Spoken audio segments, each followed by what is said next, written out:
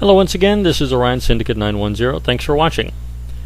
You know, the Monsanto Corporation must have spent a lot of money to synthesize the bovine growth hormone that they marketed out to dairy farmers under the brand name Posilac. They first synthesized it back in 1994, and that of course must have cost them a lot of money. And then of course more money had to be spent to sue farmers who wanted to label their milk as free of artificial hormones. So they've been very aggressive in protecting this product.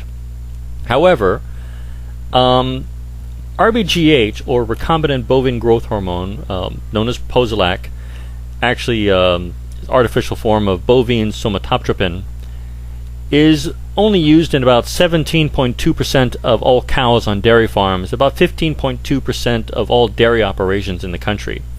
Part of the reason for that is probably the consumer alarm at the presence of artificial hormones in their milk. Everything from milk to cheese, ice cream, butter. People were more than a little bit nervous and very concerned. So many companies around the country, dairy countries, have switched over to no artificial growth hormones in their milk. And if you go to Walmart or Safeway and buy the in-store brands, that milk has no artificial hormones in it. And likewise, if you go to Starbucks and you have milk or cream or something put in your coffee or tea, then that milk also has no artificial hormones in it. And Monsanto fought very hard to prevent dairies from labeling their milk as free of artificial hormones. But in 2008, they sold the Posilac, that's the brand name, they sold the Posilac brand product and the related business to Elanco Animal Health, which is a division of Eli Lilly and Company. But is still out there and still being used. So if you're concerned about the particular brand of milk that you're buying at the store having or not having artificial hormones in it, I'm going to include a link in the sidebar.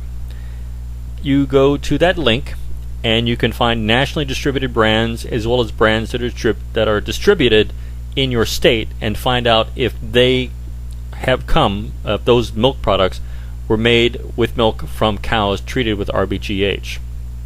Now, if you don't know how it works, I'm going to explain it to you. The cow begins lactating. The amount of milk coming out of the cow starts slowly, and then it increases, and it peaks at about 70 days into the cycle. And then it begins to decline slowly.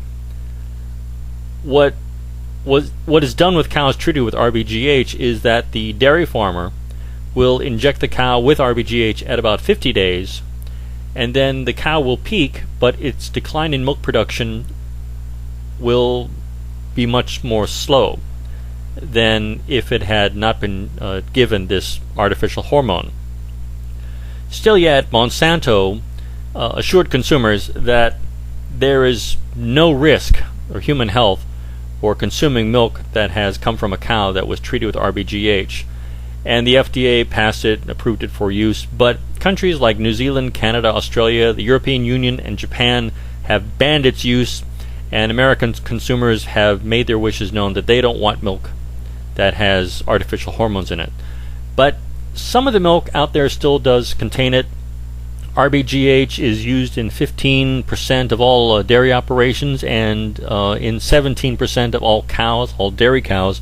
So if you want to find out if the milk that you buy from the store has come from a cow treated with rBGH, go to the link in the sidebar and you can look it up. Interestingly enough, Monsanto is seeking approval of their genetically engineered alfalfa, which the ladies over at Say No to GMO have recently made a video about, and pointed us toward Food and Water Watch, linked for us to send a protest letter to the USDA. Interesting though, I see the connection between alfalfa and rBGH.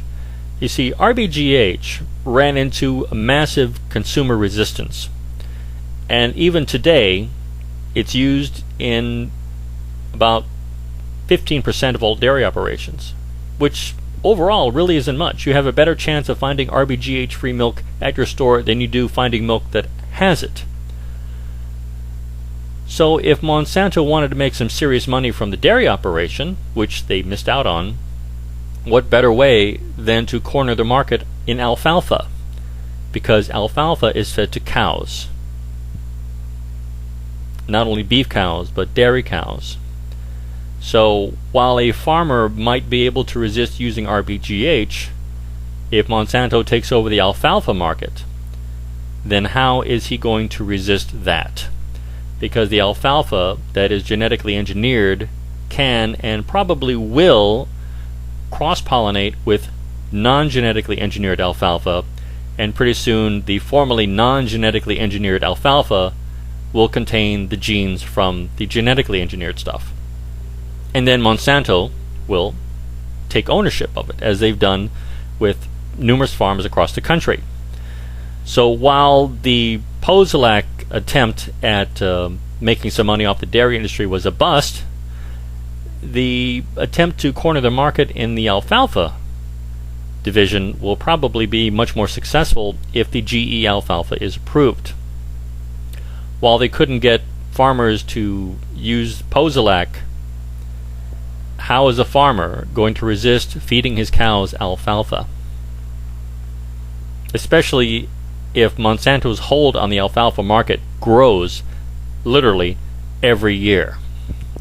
So I'm going to include a link in the sidebar for you to send a protest letter to the USDA, as well as a link to find out if your local brands of milk have come from cows treated with rBGH.